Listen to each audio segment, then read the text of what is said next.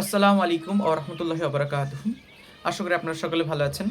আজকে আমি আলোচনা করব আল আমিন মিশনের যে নিয়মাবলী রয়েছে, নিয়মগুলো অর্থাৎ রুলস অ্যান্ড রেগুলেশন যেগুলো রয়েছে সেগুলো।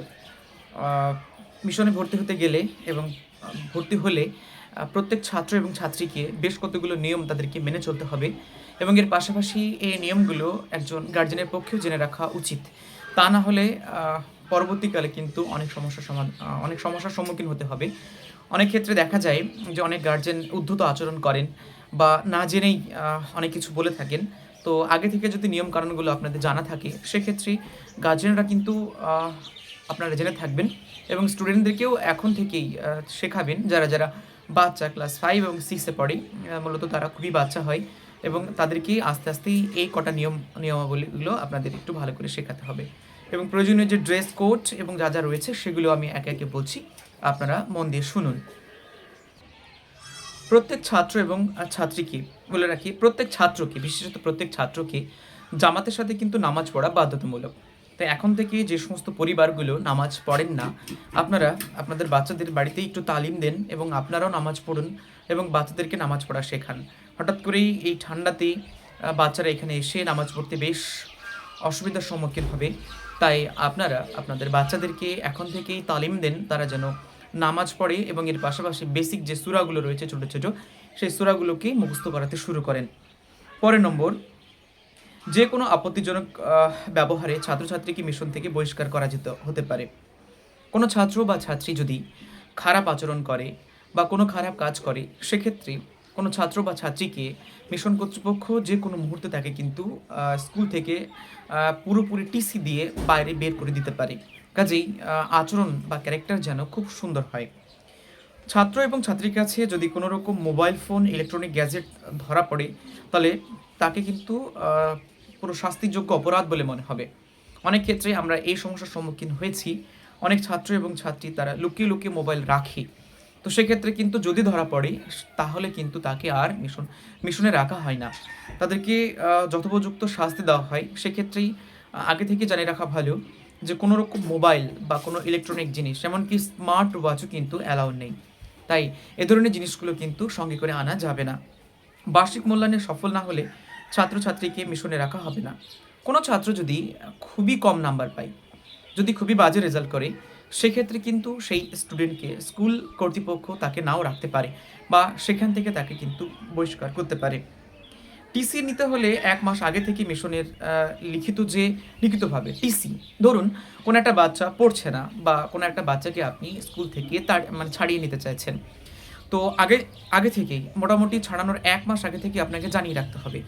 তা না হলে আপনি যেদিন ছাড়াবেন যদি মাস বুঝে যায় বা মাসের ১ম দিকে বা মাঝামাঝি হয়, সেক্ষেত্রে কিন্তু আপনাকে মাসের গোটা বেতন দিতে হবে। তাই কাজেই যদি মনে হয় আপনি আপনার সন্তানকে মিশনে রাখতে চান না, সেক্ষেত্রে আপনি অবশ্যই ১ মাস আগে থেকে টিসি সার্টিফিকেট অর্থাৎ ট্রান্সফার সার্টিফিকেটের জন্য আবেদন করে রাখবেন। ইচ্ছাকৃতভাবে মিশনের সম্পত্তি নষ্ট করলে ক্ষতিপূরণ দিতে হবে। কেউ যদি কোনো বাল্ব বা কোনো ফ্যানের পাখা যদি দুমড়ে দেয় বা কেউ যদি কোনো কিছু নষ্ট করে, দেওয়ালের রং নষ্ট করে বা পায়খানা বা বাথরুমের যে গেটগুলো রয়েছে সেগুলো যদি ভেঙে দেয়, সেক্ষেত্রে কিন্তু উপযুক্ত ধরা পড়লে তাকে কিন্তু শাস্তি তো পেতেই হবে এবং গার্জেনকে কিন্তু সেই যে ক্ষতি হলো তার ক্ষতিপূরণ দিতে হবে। নিকট আত্মীয় মৃত্যু, নিজের ভাই বোনের বিবাহ, এই সমস্ত কারণ ব্যতীত অন্য কোনো কারণে কিন্তু স্কুল স্কুল কিন্তু তাকে ছুটি দেবে না। আর যদি ছুটি নিতে চান তো আগে থেকে কিন্তু জানিয়ে রাখতে হবে। ভীষণ অসুস্থজনিত কারণে ডিপার্টমেন্ট বিভাগ রয়েছে মিশনের প্রায় প্রত্যেকটি ব্রাঞ্চেই। মূলত প্রাথমিক চিকিৎসা করা হয়। তারপর যদি সেই চিকিৎসা মনে হয় যে তার সুদূরপ্রসারী চিকিৎসা প্রয়োজন, তাহলে তাকে গার্জেন ডেকে বাড়িতে নিয়ে পাঠানো হয়। কোনো ক্ষেত্রে এমার্জেন্সি ক্ষেত্রে তাকে অ্যাম্বুলেন্সে করে হাসপাতালে নিয়ে যাওয়া হয় বা যে সমস্ত ব্রাঞ্চগুলোতে অ্যাম্বুলেন্সের ব্যবস্থা নেই, তাকে ২ চাকা বা টু হুইলারে করে তাকে কিন্তু হাসপাতালে নিয়ে যাওয়া হয়।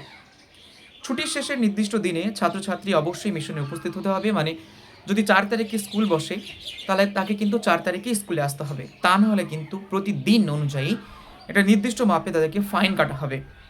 কোনো ছাত্রছাত্রীর কাছে টাকা রাখা যাবে না। অনেক ক্ষেত্রেই খুবই বাজে ব্যাপার। কয়দিন আগেই একটা জায়গাতে আমি দেখলাম যে একটা ছেলে টাকা রেখেছে এবং তার 1500 টাকা হারিয়ে গেছে।